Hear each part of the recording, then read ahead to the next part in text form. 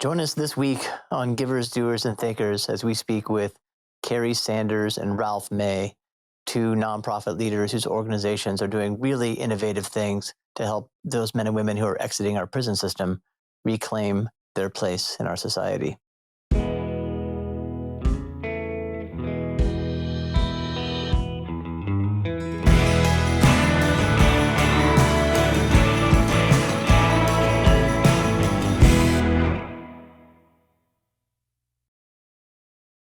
Welcome to Givers, Doers, and Thinkers, a podcast on philanthropy and civil society. I am Jeremy Beer, and it's great to have you with us. We're recording on August 7th, 2025. I am in Phoenix. I have one guest, as we'll see here shortly, in Boise today and another in South Carolina. It can't be as warm where they are as it is where I am. It's supposed to be 119 degrees here today in Phoenix, so I'm very grateful to be inside doing this podcast instead of outside doing real work. Our guests, first time ever doing two guests instead of one, so this will be a lot of fun. Our guests are Cary Sanders and Ralph May, two nonprofit leaders who are working on more or less the same problem, but in different ways and in very different parts of the country. Cary comes to us from South Carolina and Ralph from Idaho. Cary leads an organization called JumpStart. Ralph is the executive director of the Society of St. Vincent de Paul in Southwest Idaho, both really being helpful today by wearing the shirts that correspond to their respective organizations. So thank you, gentlemen. People won't get mixed up that way. Exactly. Appreciate that. Both organizations are doing very interesting, very powerful things on a topic that I think most of us don't often think about, maybe even prefer to ignore. And that is the challenge of reentering citizens, which is the sort of preferred terminology, I believe, for people who are exiting prison and transitioning back into the community. So Cary and Ralph, thanks for joining us today. Excited to be here. Appreciate you being on.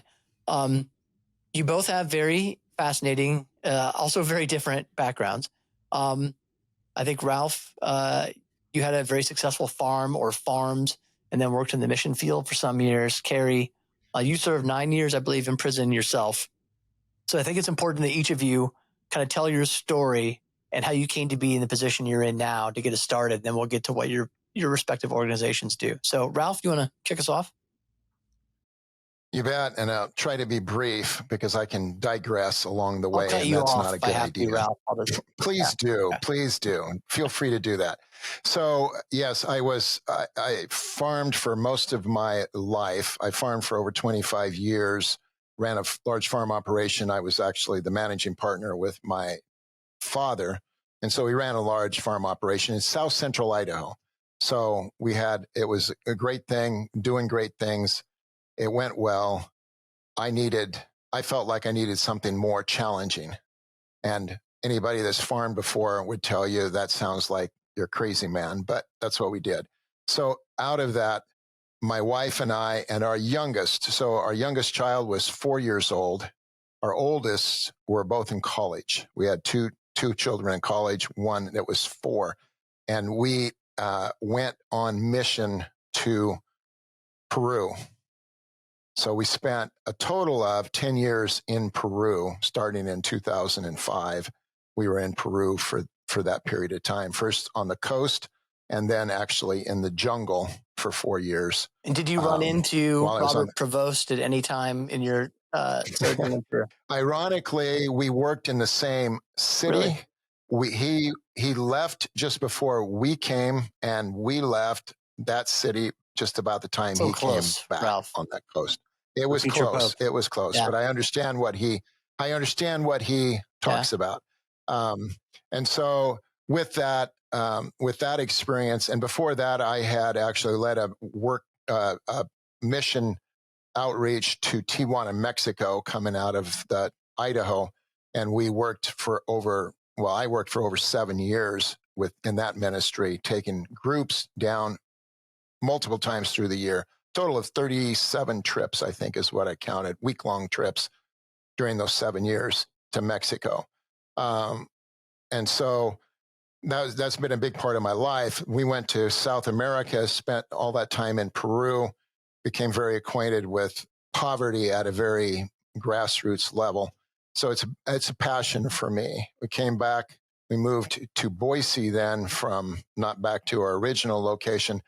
And I ended up getting tied up with, and what a great blessing that was to get tied up with St. Vincent de Paul. An interesting thing in all of that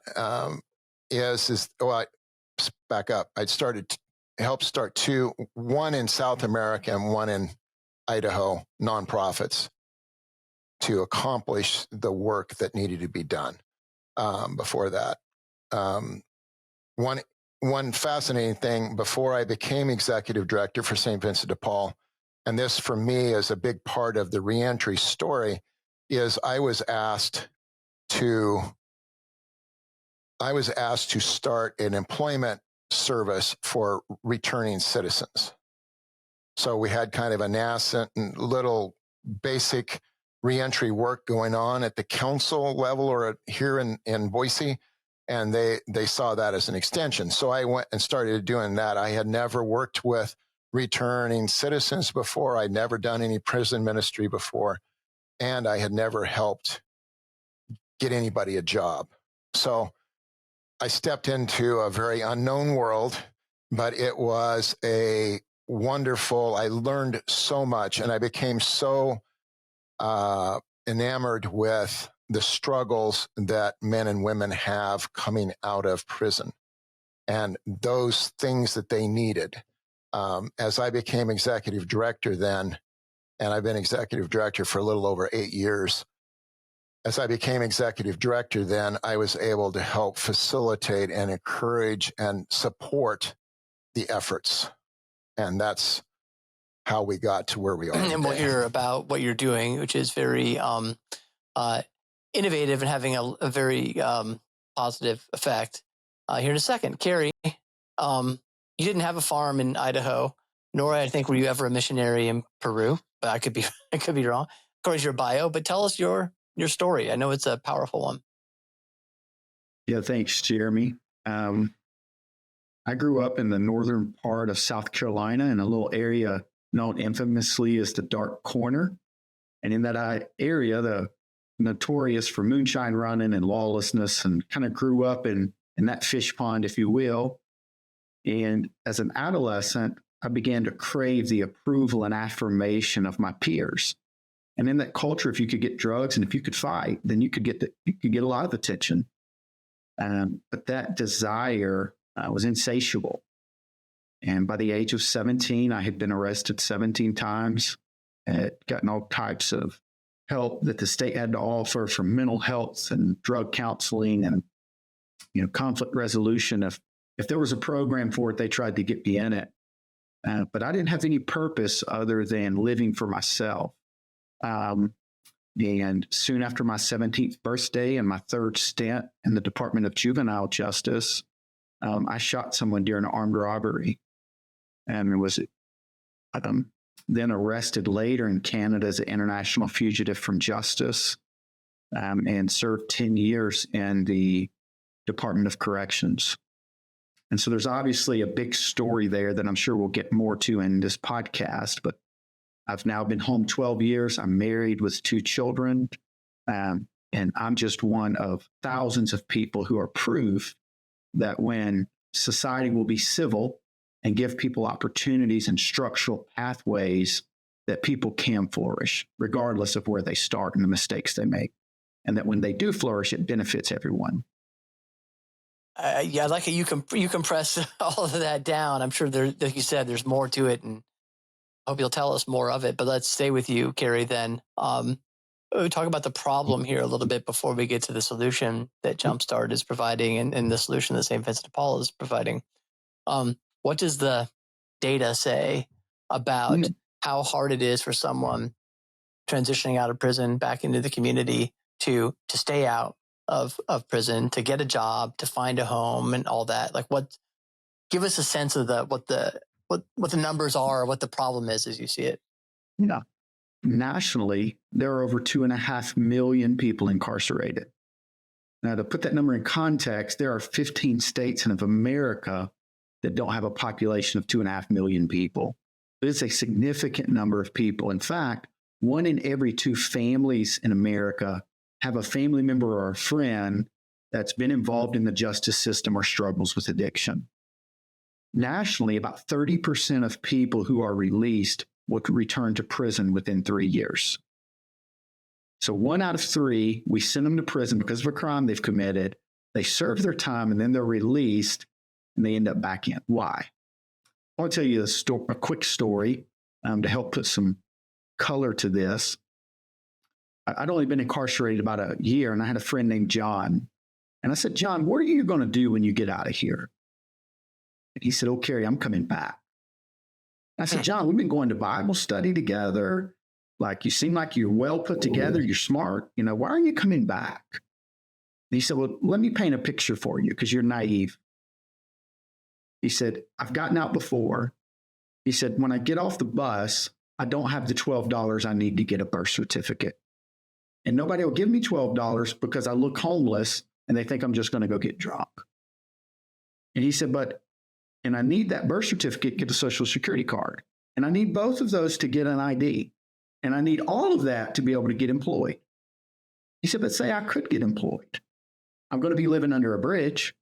And he said, how are my coworkers going to feel if I show up to work every day wearing the same thing? And he said, what am I going to do? Eat out of a dumpster while I wait 2 weeks to get paid? He said, I don't even have the $12 to get the birth certificate, much less transportation, car, clothing. He said, but I'll tell you what, Cary, my first time out, I did all of those things. He said, I lived under that bridge. I ate under a dumpster. I worked under the table. And he said, I finally saved enough money to get an apartment. He said, but then nobody would rent to me because I had a criminal record. He said, I broke. He said, so I'm coming back. JumpStart exists to break that cycle.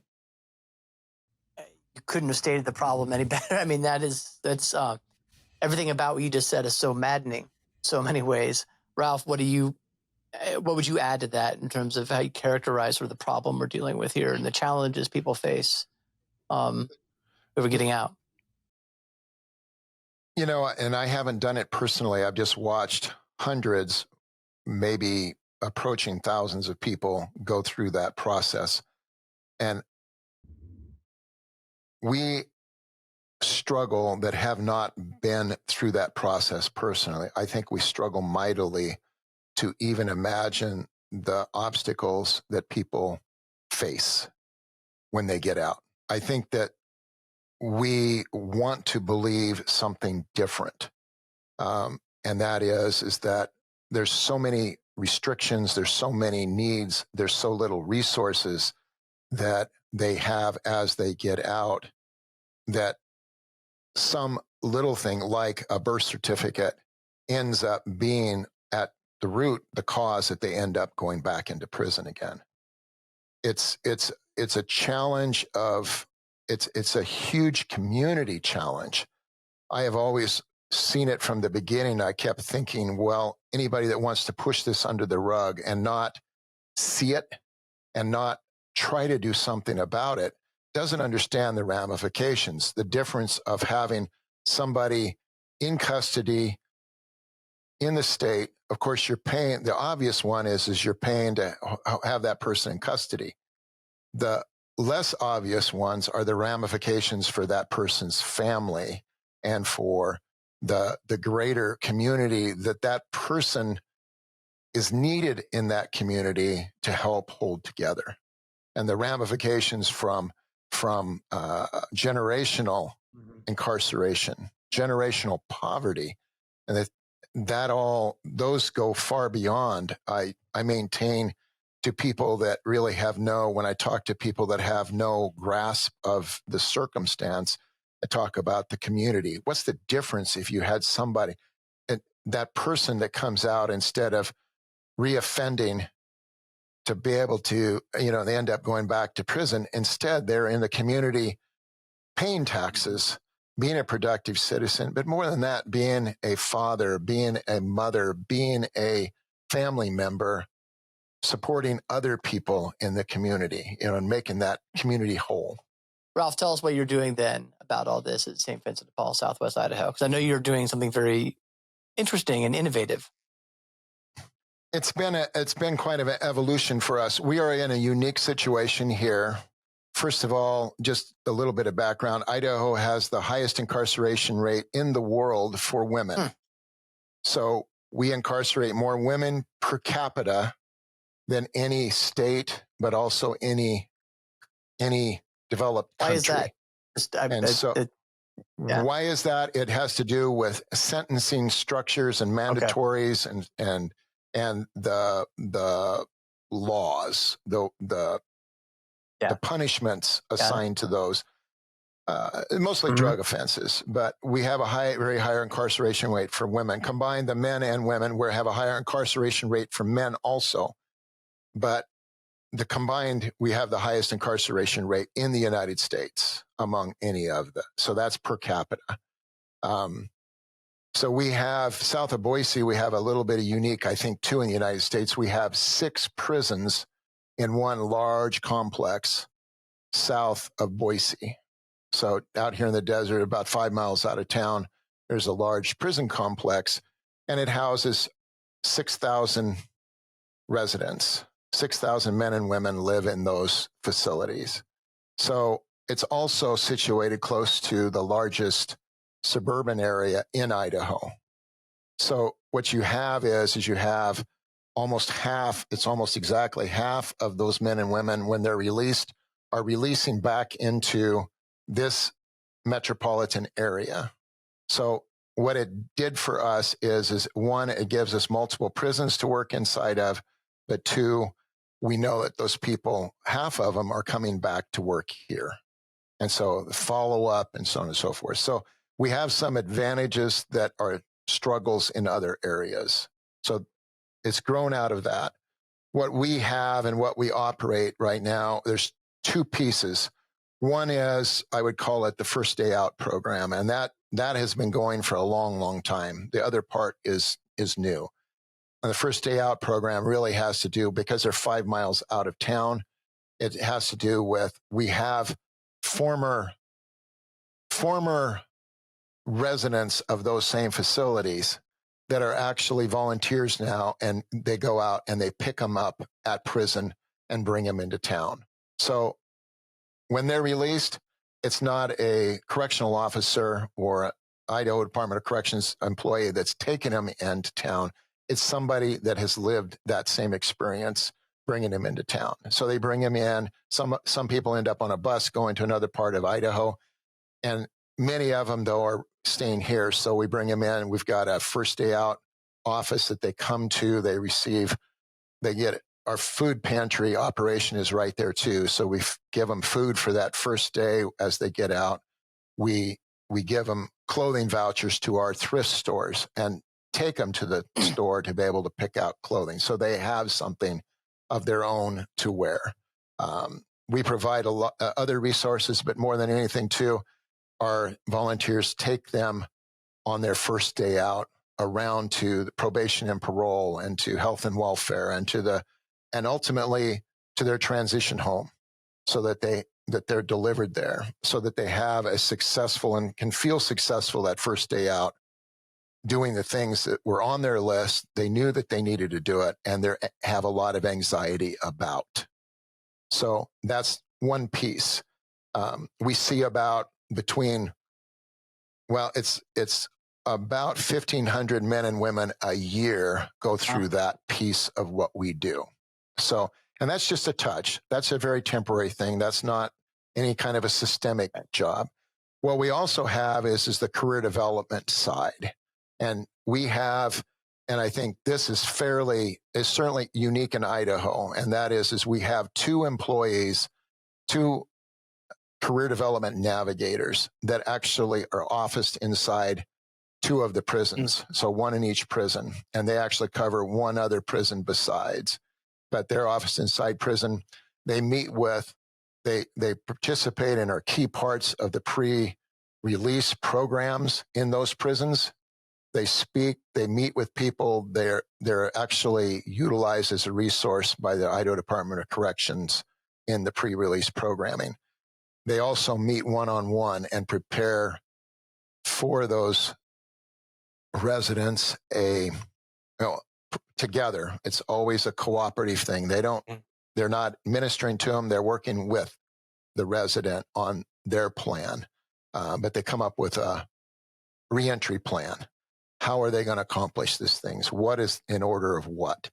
They work through all that. They help navigate them. We've had men in particular, but I'm sure there's women in the same case that have wanted to start working on their reentry plan from over a year out from being released because they were already experiencing anxiety about that release and all the things that they need to do, and they didn't want to fail again. Yeah. And so that's what they do inside. We have the rest of the team is on the outside. Career development is run by an amazing lady that I swear she can see inside your soul.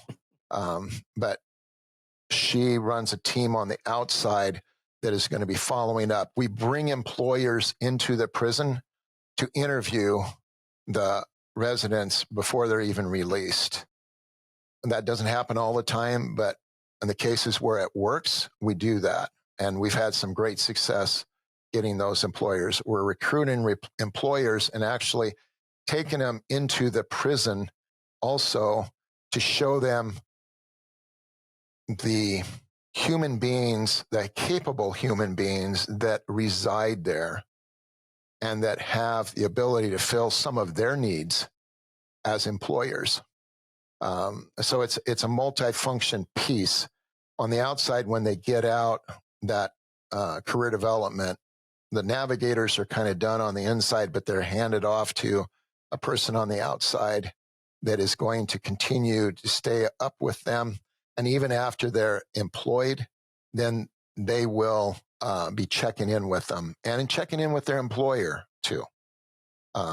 So it's been a dramatic thing. What we have seen is ultimately the 3-year recidivism rate in Idaho runs, the last I saw, it was about 37%. So it's a little higher than the national average, better than some, but 37%. The people that we had worked with, it had been more than cut in half. It was at 17% that we were at with those people. And we work closely with the Idaho Department of Corrections. We actually submit our data to them. They check the recidivism rate. So that recidivism rate is IDOC's answer. Hi, I'm Chris Kittemeyer, CEO of AmFell. I'm excited to share that this season of Givers, Doers, and Thinkers podcast is sponsored by AmFell. Whether your nonprofit needs help raising major gifts, building your donor pipeline, or crafting a winning fundraising message, AmFell has the expertise to help your organization thrive. We work with mission-driven organizations across the country to help them raise more money and advance their mission. Learn more at amphil.com. That's AMPHIL.com. Well, Cary, any of that resonates? I know you have your own different program, probably a little more focused on the spiritual transformation part as well, but tell us what JumpStart does. Yeah, I would say that we offer a 360-degree approach, a wraparound approach. We begin with individuals a year before they're released, and we're active in every prison in South Carolina we need to be in. We're in 19 of the facilities across the state. And in that year-long program, we're working with them for a year, and we have volunteers from the local community around the prison who go into the prison every single week. And so they're trying to help the men and women in that prison first see that God created them on purpose, for a purpose, that they are not just a random set of DNA, but that God created them, that he has a purpose for their life. And then we're working with them for a year. One of, I think, our real distinctives and our secret sauce is that we're not going in with a top-down approach saying, hey, we've got, that research from Harvard and Yale and Princeton, and if you just follow what we say, you're going to have a great life.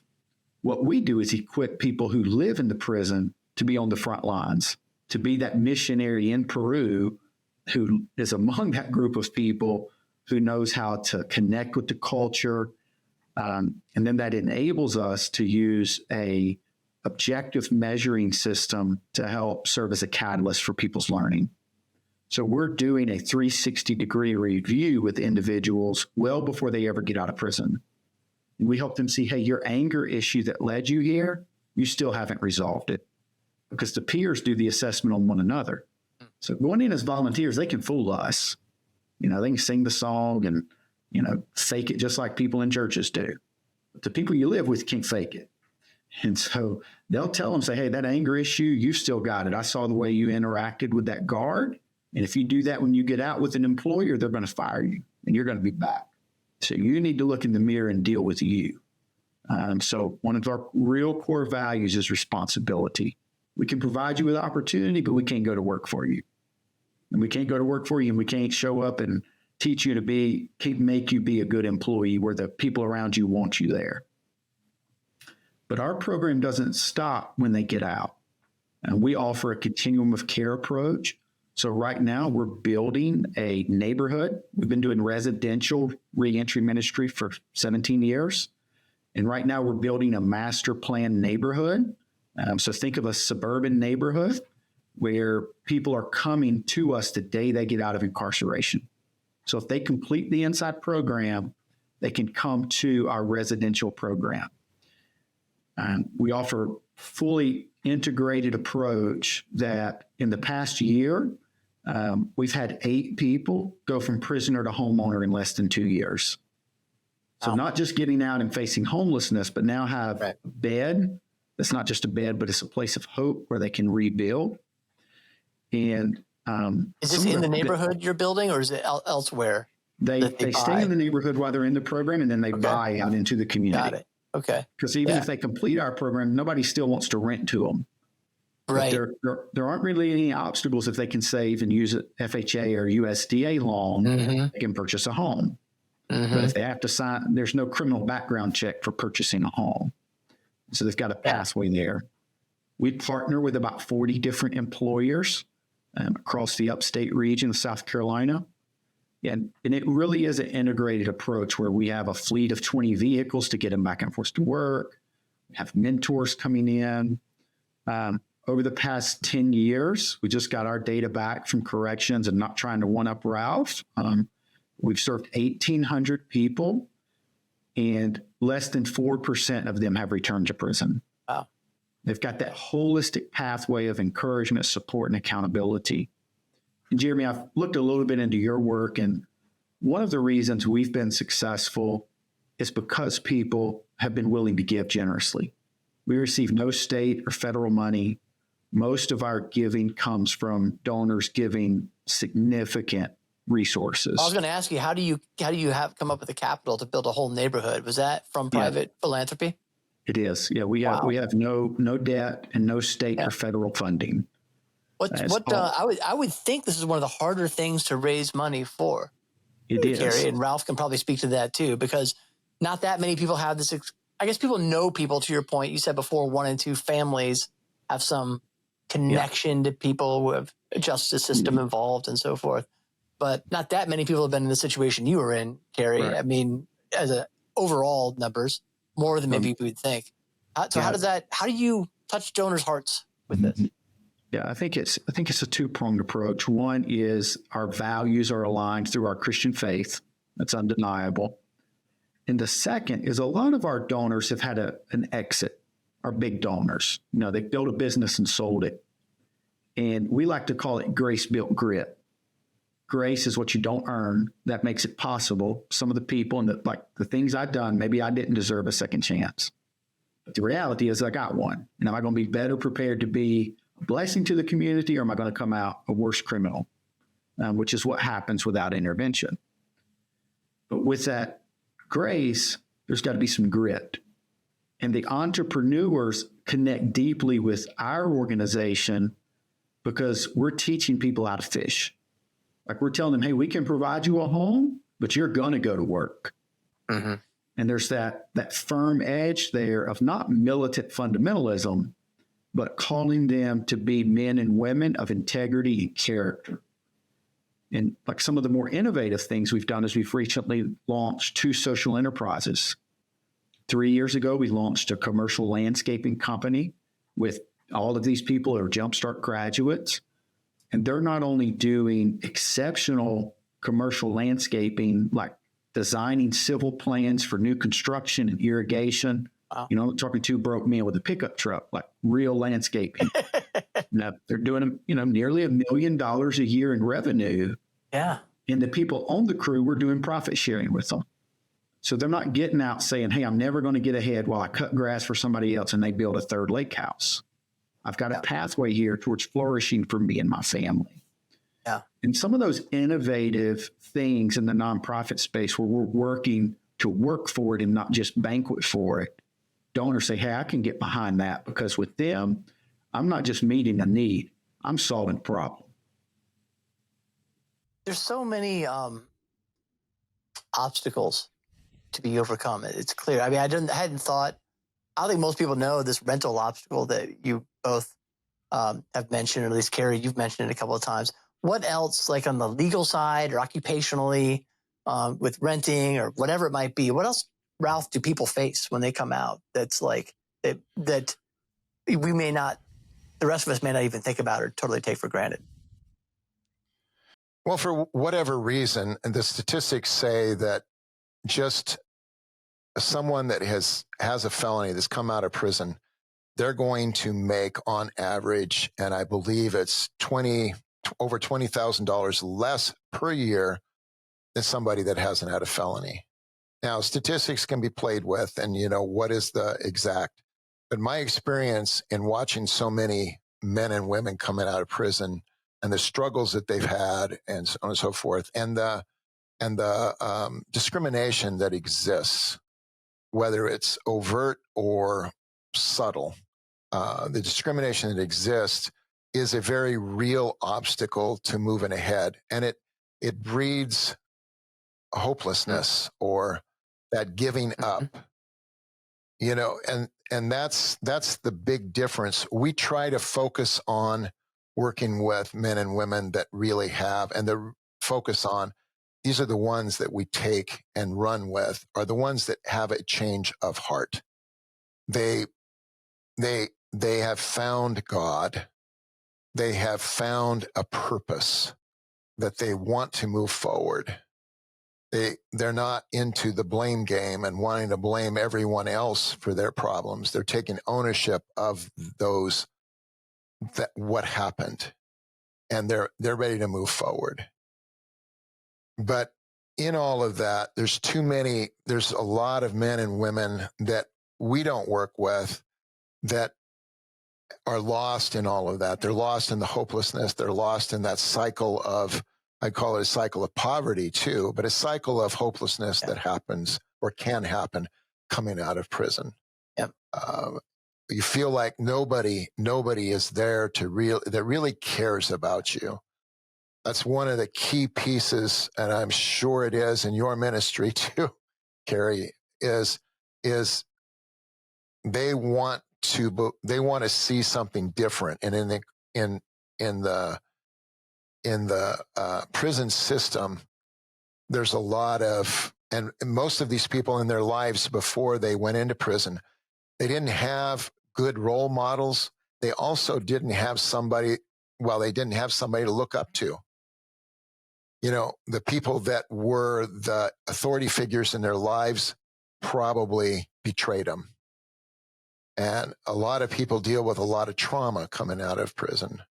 And if you don't, as Cary said, you're not addressing those root problems, if you're not going after that, it's just going to rear its head after a while. And I have seen men and women both that have honestly self-sabotaged after a period of time. Things were going along too well, and they self-sabotaged. And again, that's where a support system, they have somebody, a mentor, they have people that they can trust and they can go to, is so important on their success on staying out of prison. Cary, do you have a particularly moving success story that you like to share? Someone who's come through your program, one of your graduates? I think of one. He's now on our staff team, but he got off a track with pain pills after a work injury, and then ended up on heroin and meth and fentanyl, and overdosed 5 different times. The last time he overdosed, his mom found him and nearly without a pulse, and she was able to administer Narcan. He ended up incarcerated. He had drugs on him, and his own mom turned him in. She just didn't know what else to do. And he went through our inside program and came to our outside program and worked on our landscaping team for a couple of years. Now, nearly a year ago, he joined our staff team. He's really good with people and what we would call shepherding. Men need a lot of encouragement and accountability, and he's really gifted at that. And now he is married and has a baby due in about 3 months and become a homeowner. And so a story that almost ended with an overdose is now going to be a father raising a child to be blessing to the world. What this may be an impossible question to answer, but what proportion of the people you work with, Cary, did addiction or drugs play a meaningful role in getting them where they about 70% report substance abuse at the time of their incarceration. Yeah. How fentanyl, meth, is that the bulk of it, you think? Those are the big ones in our area. Yeah. Ralph, do you spend any time, you guys aren't prison reformers, you're doing, by trade, but could you give me, if I said, what's one thing, if you could change one thing? I know there's probably 1,000 things you'd want to change about how the prison system is run. I just imagine. It's never held up to us as a model of like how we should do things. But is there a one thing you're like, boy, I wish you've been doing this now for 8 years. Like if they just changed this, at least that would make some difference.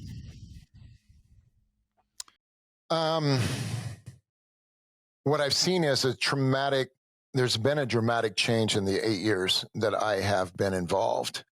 And I'm very proud to say, in working with Idaho Department of Corrections leadership, they're very forward thinking.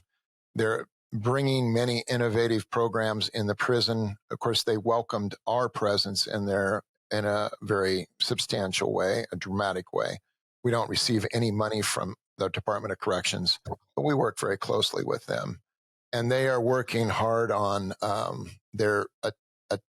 they're working to transition the entire prison system, not the county jails, that's a whole different enchilada, but the entire prison system in Idaho to be a much more, when you walk in the door for the first time, you begin your journey towards Exiting. reentry and exit. Yeah. And it sounds so logical. Yeah. The reality is that historically across the United States and various places have implemented quicker than others, it's still a lot about punitive punishment. It's about punishment first and foremost. It's not about, I think in the past, at least this is in my journey before I came to this position, in my journey, I heard rehabilitation, and I think it was thrown around a lot without explanation and without a lot of thought. It was, and I think that jaded some of the discussion that happened around rehabilitation and change and prison reform. And I see it very differently now. I see the differences that are happening, the opportunities that are given inside prison, and everyone doesn't have access to them. There's no doubt about it. It's not everyone, but the opportunities that exist now are dramatically different than what they were 5 years ago, and certainly 8 and 10 years ago. And so I guess I'm very heartened by that inside our prison system.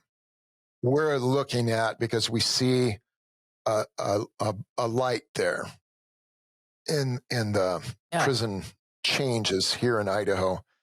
We're looking at how do we help affect change in the laws, in the reason that there's so many people there in the first place. And that we're going at from a more of a grassroots kind of approach. And that is we've got initiatives, and we're actually have one next Thursday. We're taking a group of people inside the prison to walk through all of that and to see the men, in this case, it's a men's prison, to see that those men as human beings and not inmates, not convicts, not any of those things that many people, the reality is many people still hold on to those kind of stereotypes.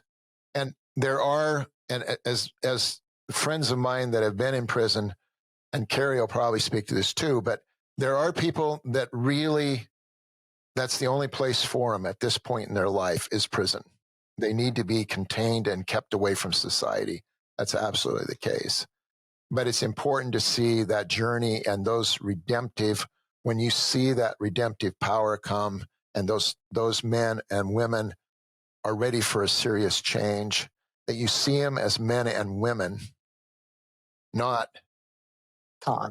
convicts, prisoners, whatever word you want to use. You see them as men and women, and then we become more empathetic. And we see it transformation after transformation. We brought a couple of social influencers, young men, actually from Rhode Island. They came out to Boise to see what we do as St. Vincent de Paul, Southwest Idaho. And our reentry program is one of the big things that we do. That's one of our big thrusts of our programs. We took them in on Thursday. They came in on Wednesday. We took them into one prison on Thursday. They were absolutely blown away. They came out of that and they said, this was a life-changing experience for us. And these are two guys that are very into social justice and work. And they didn't realize the paradigms that they have around prison. And it comes from the shows we see and the horrific violence that we see on television sometimes, and what's described in our newspapers too, and on the news, and people going to prison. But everyone isn't like that.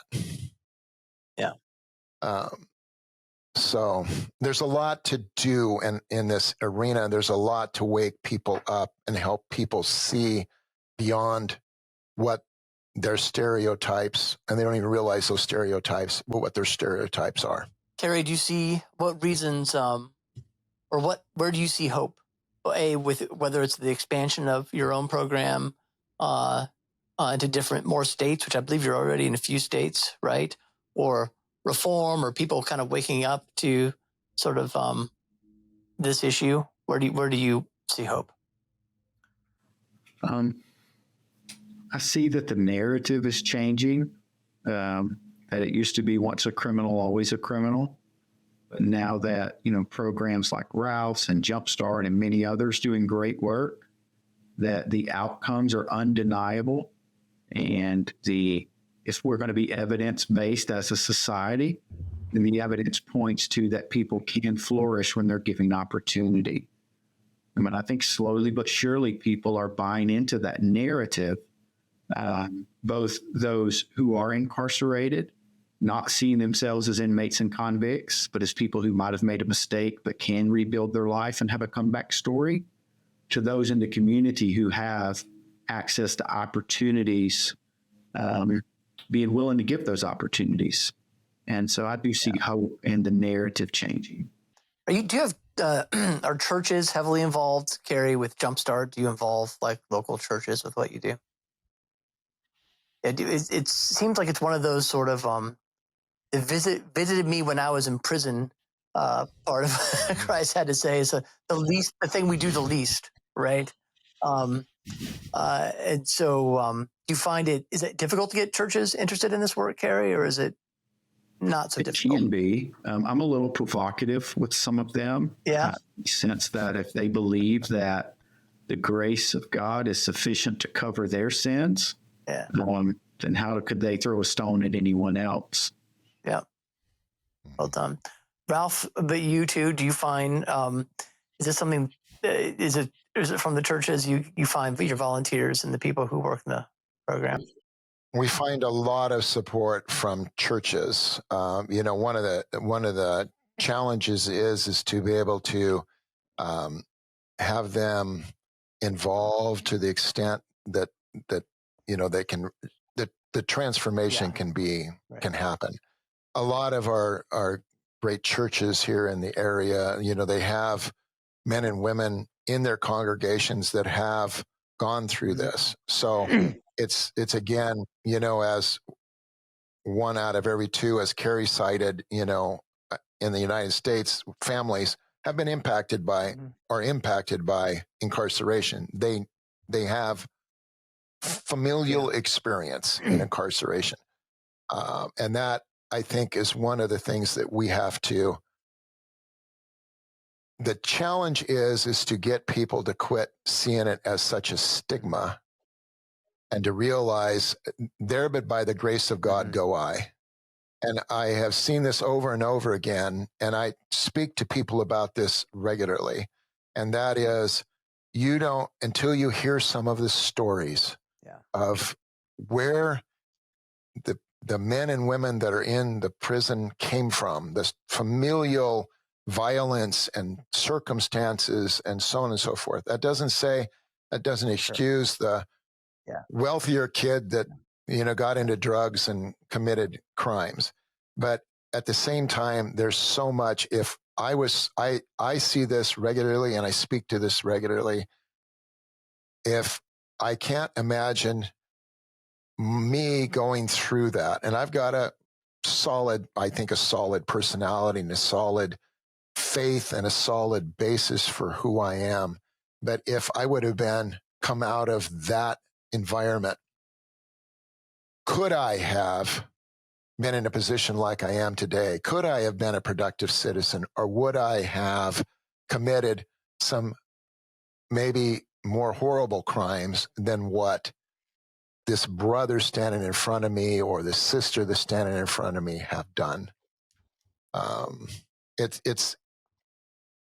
I think, to me, it's a passion for me too, is to call out men and women of faith, as Cary talked about, but call them out and to search their own soul and to find empathy, understanding, and to be able for them to reach out and actually want to do something about it, to actually welcome that stranger, that person coming out of prison, welcome that stranger in some manner, to go beyond what it is comfortable to do, step out into the uncomfortable zone a little bit, and get to know them, to